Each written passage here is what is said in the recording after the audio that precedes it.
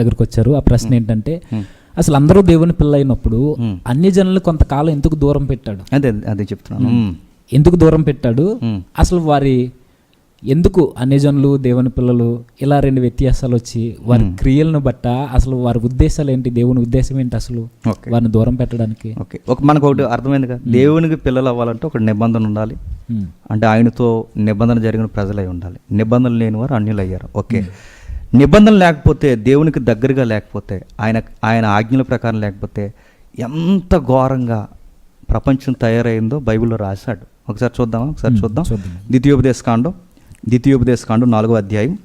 ద్వితీయోపదేశకాండం 4వ అధ్యాయం. ఎందుకు వీళ్ళని ద్వేషించాడు, ఎందుకు వీళ్ళని దూరం పెట్టాడు, ఎందుకు వీళ్ళని నిబంధన చేసుకోమన్నాడు, ఎందుకు వీళ్ళకి కొన్ని పాఠాలు ఈ ప్రపంచానికి నేర్పించాలనుకుంటున్నాడు. ఒకసారి మనం కొన్ని వచనాలు చూస్తే మనకు అర్థమైపోద్ది. ద్వితీయోపదేశకాండం 4వ అధ్యాయం 19వ వచనంలో చూద్దాం ఒకసారి. సూర్య చంద్ర నక్షత్రములైన ఆకాశ సైన్యమును చూచి మరులు కొలపబడి నీ దేవుడైన యెహోవా సర్వాకాశము క్రిందనున్న సమస్త ప్రజల కొరకు పంచిపెట్టిన వాటికి నమస్కరించి వాటిని పూజింపకుండునట్లు మీరు బహు జాగ్రత్తపడు. అక్కడ ఒక విచిత్రమైన పదం ఉంది చూడండి, మరులు కొలపబడి.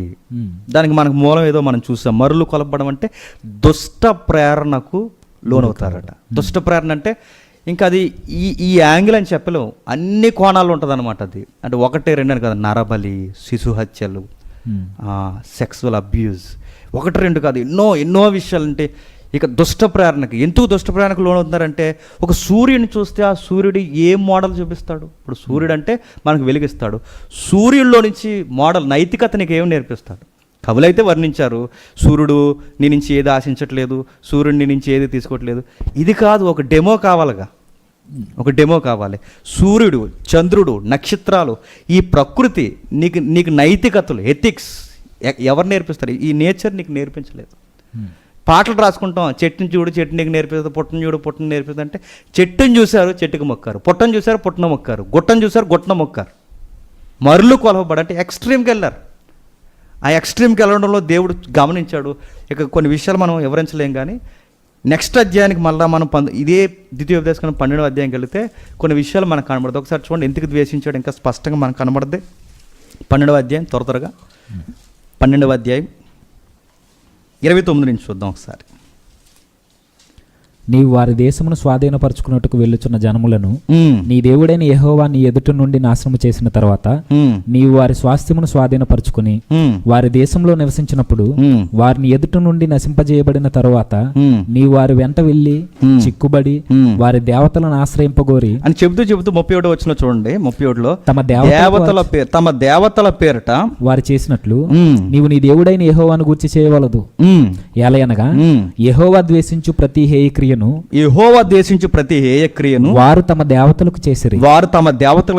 ఏం చేశారు? ఒక విషయం మనకు కనబడుతుంది. ఏం చేశారు? వారు తమ దేవతల పేరట తమ కుమారులను అగ్నిహోత్రములో కాల్చివేదురు కదా. అనుజనులు ఏం చేస్తున్నారట? యెహోవాని ఎరగని వారు, నిబంధనలు లేని వారు, దేవుని యొక్క నీతి ఏంటో ఎరగకపోతే, కనిపించిన ప్రతి దాన్ని మొక్కితే ఏ పనులు జరుగుతాయంటే మరులు కొలబడతారు. మరులు కొలబడడం అంటే దుష్ట ప్రేరణకు లోనవుతారు. దుష్ట ప్రేరణకు లోనవుతే ఏం చేస్తారు? ఇదిగో భయంకరమైన పనులు చేస్తున్నారు. కడుపును పుట్టిన బిడ్డల్ని వాళ్ళ చేతులతో ఆహుతి చేసి పడేస్తున్నారు. దీని హిస్టరీ మనం చాలాసార్లు మన క్లాసెస్లో చెప్పుకున్నాం, బైబిల్ తరగతుల్లో. ఒక రాగి విగ్రహాన్ని తయారు చేయడం, దాన్ని బాగా ఏడెక్కించడం, ఆ రాగి విగ్రహం చేతుల్లో పసికందైన నెలల నిండిన బిడ్డను పట్టుకెళ్ళి ఆ దేవత చేతుల్లో, వేడిగా కాగిపోయిన దేవత చేతుల్లో పెట్టేస్తే బూడిదలాగా బిడ్డ రాలిపోతే, మా దేవుడు మా బిడ్డను తీసుకుని మాకు పాడి పంటలు, సుఖ సంతోషాలు, మా కడుపులు నింపుతాడని వాళ్ళు నమ్ముతున్నారంటే, దేవుడిని బట్టి వాళ్ళు సరిగ్గా నీతిని గ్రహించకపోతే ఎలా పాడైపోయారు చూడండి, వాళ్ళ దేవుడిని బట్టి. కాబట్టి మరో వచనం చూద్దాం, ఇంపార్టెంట్ వచనం ఉంది ఒకటి. లేవియకాండం చూడండి ఒకసారి. లేవియకాండం త్వరగా ముగిస్తాను. లేవియకాండం 18వ అధ్యాయం 21వ వచనం చూడండి. నీవు ఏ మాత్రము నీ సంతానమును మొలేకు నిమిత్తము అగ్నిగుండమును దాటనీయకూడదు. మొలేక్ అంటే ఎవడు మనకు తెలుసు, నీచమైన దేవుళ్ళు. వీడు ఒక దరిద్రుడు. ఎవరు? మొలేకు అంటే ఒక మాటలో చెప్పాలంటే వీడికి మరొక పేరు ఉంది, శృంగార దేవుడు. అలాంటి మొలేకు నిమిత్తము అగ్నిగుండమును దాటనేయకూడదు, నీవు దేవుని నామాన్ని అపవిత్రపరచకూడదు. కింద ఒక పదం ఉంది, చదువుదాం ఒకసారి. 22వ వచనం. స్త్రీ సైన్యము వలె పురుష సైన్యము చేయకూడదు. స్త్రీ సైన్యముల వలె పురుష సైన్యము చేయకూడదు, అది హేయము. అది హేయము. ఏ జంతువునందును నీ స్ఖలనము చేసి దాని వలన అపవిత్రత కలగ చేసుకొనకూడదు. జంతువు స్త్రీని పొందినట్లు ఆమె దాని ఎదుట నిలవరాదు. విపరీతము. అది విపరీతం. చూసారా, ప్రపంచానికి దేవుడు తెలియకపోతే, ప్రపంచానికి యెహోవా అర్థం కాకపోతే జరిగే పనులు చూడండి. స్త్రీలతో స్త్రీలు, పురుషులతో పురుషులు, దాన్నే గేస్ అన్నారు, ఎల్జిబిటీ అన్నారు, ఇక రకరకాల పదాలు ఈరోజు కొత్తగా పుట్టిస్తున్నారు. L+B+ ఏవో చెప్పుకొస్తున్నారు. అంటే ఇవన్నీ విపరీతం. మరో మాట ఒక అడుగు ముందుకేసి నేను చెప్తున్నాను, దేవుని యొక్క అనాది సంకల్పంలో సృష్టిలో దేవుడు కోరుకున్నది స్త్రీ పురుషుడు. కొత్త జెండర్ వచ్చింది ఇక్కడ మనకి. అంటే పరాకాష్ట అవుతుంది అన్నమాట సొసైటీ. ఆ పరాకాష్ఠలో ఏమైందంటే దేవుడి పేరు మీద జరుగుతున్నాయి ఇవన్నీ, పురుషులతో పురుషులు. అంటే ఒక మేళతాళాలు. ఇది ఎందుకు ఇలా చేస్తారంటే చరిత్ర తిరిగేస్తే తెలుస్తుంది. ఇది వర్షిప్ అంటే, ఇది ఎంత బాధాకరం. ఇది వర్షిప్ అంటే దేవుడు దగ్గర ఇలాంటి విషయాలు జరిగిస్తే ఇది వర్షిప్ పట్ట. మరొక విషయం చూడండి, జంతువుల దగ్గరికి మనుషులు పోవడం ఏంటండి. ఈరోజు భయంకరమైన వ్యాధులు, మనిషి కోతులతో వింత ప్రయోగం చేస్తే కదా హెచ్ఐవి వచ్చింది. భయంకరమైన ఈ పరిశోధనలు, అంటే ఇలా చేస్తేగా ఇలాంటివి జరిగించి ఇవన్నీ దేని పేరు మీద చేస్తున్నారు? దేవుడి పేరు మీద చేస్తున్నారు. ఇవన్నీ అన్ని జనులు చేస్తున్నారు. ఇవన్నీ ఈ ప్రపంచం అన్ని జనులు చేస్తుంటే దేవుడు తట్టుకోలేకపోయాడు. అప్పుడు దేవుడు ఏం చెప్పాడు చూడండి, మనకు కావాల్సిన వచనాలు ఉన్నాయి అక్కడ మనకి. వీటిలో దేని వలన అపవిత్రత కలుగజేసుకుని నేను మీ ఎదుటి నుండి వెళ్ళగొట్టుచున్న జనములు వాటన్నిటి వలన అపవిత్రులైరి. వీటన్నిటి వలన ఏమయ్యారు? అపవిత్రులైరు. అసలు బైబిల్ దేవుడుకున్న ప్రత్యేకత ఏది ఉందంటే, ఈయన పరిశుద్ధమైన దేవుడు. ఈయన ఆరాధించేవారు ఆత్మతో సత్యముతో ఆరాధించాలి. ఆయన పరిశుద్ధతకి పెద్ద పీట వేశాడు. అలాంటి ఆయన అంటే దేవుడు అనే ఆలోచన వీళ్ళకు ఉంది, కానీ ఆ దేవుడిని ఎతకడంలో వీళ్ళు ఫెయిల్యూర్ అయిపోయారు. కనుక ప్రతి దానికి మొక్కితే మరులు కొలపబడ్డారు, దుష్ట ప్రేరణలు లోనయ్యారు. ఆ దుష్ట ప్రేరణలో ఇలాంటి పనులన్నీ చేసి ఇది వర్షిప్ అనుకున్నారు. ఇక మన గ్రామాల్లో ఈ విషయాలు మనకు తెలియవా, మన కలియుగ తెలియవా? ఇంత నాగరికతలో సైన్స్ ఇంత అభివృద్ధి చెందిన కాలంలో, ర్యాకెట్ యుగంలో కూడా నిన్న మనం కూడా వార్తలు అలాంటివి వింటున్నాం. అంటే దేవుడు అనే ఒక ఆయన మనకు తెలియకపోతే అది MA/BS చదువుకున్నా, ఇంజనీర్ అయినా, ఎంత పెద్ద గ్రూప్ 1 క్యాడర్లో ఉన్నవాడైనా, సరి అయిన దేవుడు తెలియకపోతే మనిషి చాలా ఎక్స్ట్రీమ్కి వెళ్తాడు. ఇది నేను చెప్పాలనుకున్నాను. ఇందుకు దేవుడు అనుజల్ని వేరు పెట్టాడు. మరొక విషయం, నోవహుకు ముందు మనకి ఆదాం కనబడ్డాడు, ఆదాం తర్వాత నోవహు కనబడ్డాడు, నోవహు తర్వాత అబ్రహాం కనబడ్డాడు, అబ్రహాం తర్వాత ఇశ్రాయేల్ అనే ఒక తెగ కనబడింది. ఆ తెగకి ఒక ముద్దు పేరు పెట్టుకున్నాడు. ఆ ముద్దు పేరు ఏంటో మనకు తెలుసు. ఆ యెషయా చదువుతుంటే, వీళ్ళు నా ద్రాక్ష తోట అన్నాడు. నా ద్రాక్ష తోట అంటే ఏం చేయాలి? ద్రాక్ష తోట ఫలములు ఫలించాలన్నాడు. ఏం ఫలములు అంటే, మనకి యెషయా గ్రంథం 5వ అధ్యాయం ఇంటికి వెళ్ళిన తర్వాత చదివితే ఎవరైనా మనకు తెలిసిన విషయాలు ఇవి. ఎవరైనా లైవ్ చూస్తున్నారు చదవండి. ఆ 6-7 వచనంకి వచ్చేసరికి, 5వ అధ్యాయం 6-7 వచనంకి వచ్చేసరికి యెషయా గ్రంథంలో ఉంది, వాళ్ళ ఫలములు ఫలించలేదట. యోధా నా ద్రాక్ష తోట, అందమైన నా ద్రాక్ష తోట, ఇశ్రాయేలు నువ్వు ఫలములు ఫలించలేదు.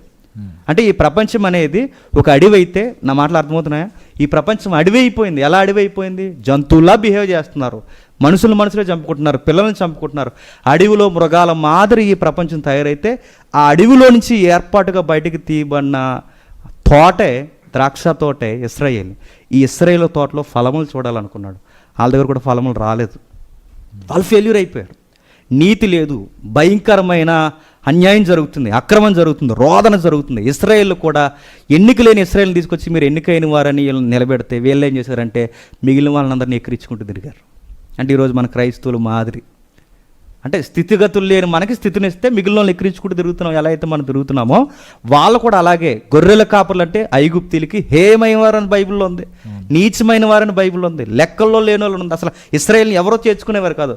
అలాంటి వారికి ఇక్కడ రాయల్టీ ఇచ్చి మీరు తోట, నా తోట అని చెప్తే వీళ్ళు ఏం చేశారంటే మిగిలిన అన్ని జనులు ఎక్కిరించుకుంటూ జెంటైల్స్ అన్నారు వాళ్ళని. అంటే అన్యులరా మీరు, నిబంధనలు లేదరా మీరు, ఇలా ఎటకారాలు చేయడం మొదలెట్టారు. నీతి జరగాల్సిన దగ్గర, న్యాయం జరగాల్సిన దగ్గర, కృప విస్తరించాల్సిన ద్రాక్ష తోట దగ్గర అన్యాయం ఎప్పుడైతే విస్తరించిందో వీళ్ళు కూడా మళ్ళీ దేవుని సంకల్పాన్ని గండికొట్టాడు. అందుకే క్రొత్త నిబంధనకు వచ్చేసరికి దేవుడు మళ్ళీ తిరిగి తన ప్లాన్ అక్కడికి తీసుకొచ్చాడు. ఇదిగో నేను నిజమైన ద్రాక్షవల్లి. అంటే ఇప్పుడు ఎక్కడికి వెళ్ళినా ఆయన ప్లానింగ్ ఎక్కడికి వస్తుంది. మనం చెడు చేసినా దేవుడు తన చిత్తం అక్కడ ల్యాండింగ్ తీసుకొస్తాడు, మనం మంచి చేసినా తన ల్యాండింగ్ అక్కడికి వస్తుంది. అందుకే తిరిగి ఇప్పుడు దేవుడు ఏమంటాడంటే, నేను నిజమైన ద్రాక్షవల్ని, మీరు ద్రాక్ష తీగలు.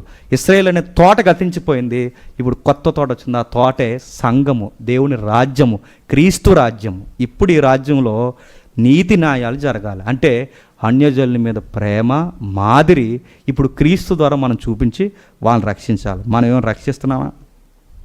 లేదు, వాళ్ళని ఎక్కిరించుకుంటూ తిరుగుతున్నాం. కాబట్టి దేవుని సంకల్పం ఏంటంటే ఒక మోడల్ అవసరం. ఆది కాండం నుంచి ఒక మోడల్ అవసరం. ఆ మోడలే ప్రభు అయిన యేసుక్రీస్తు. ఇది దేవునికి ప్రపంచం పట్ల ఉన్న సంకల్పం. ఓకేనా? Okay, thank you brother.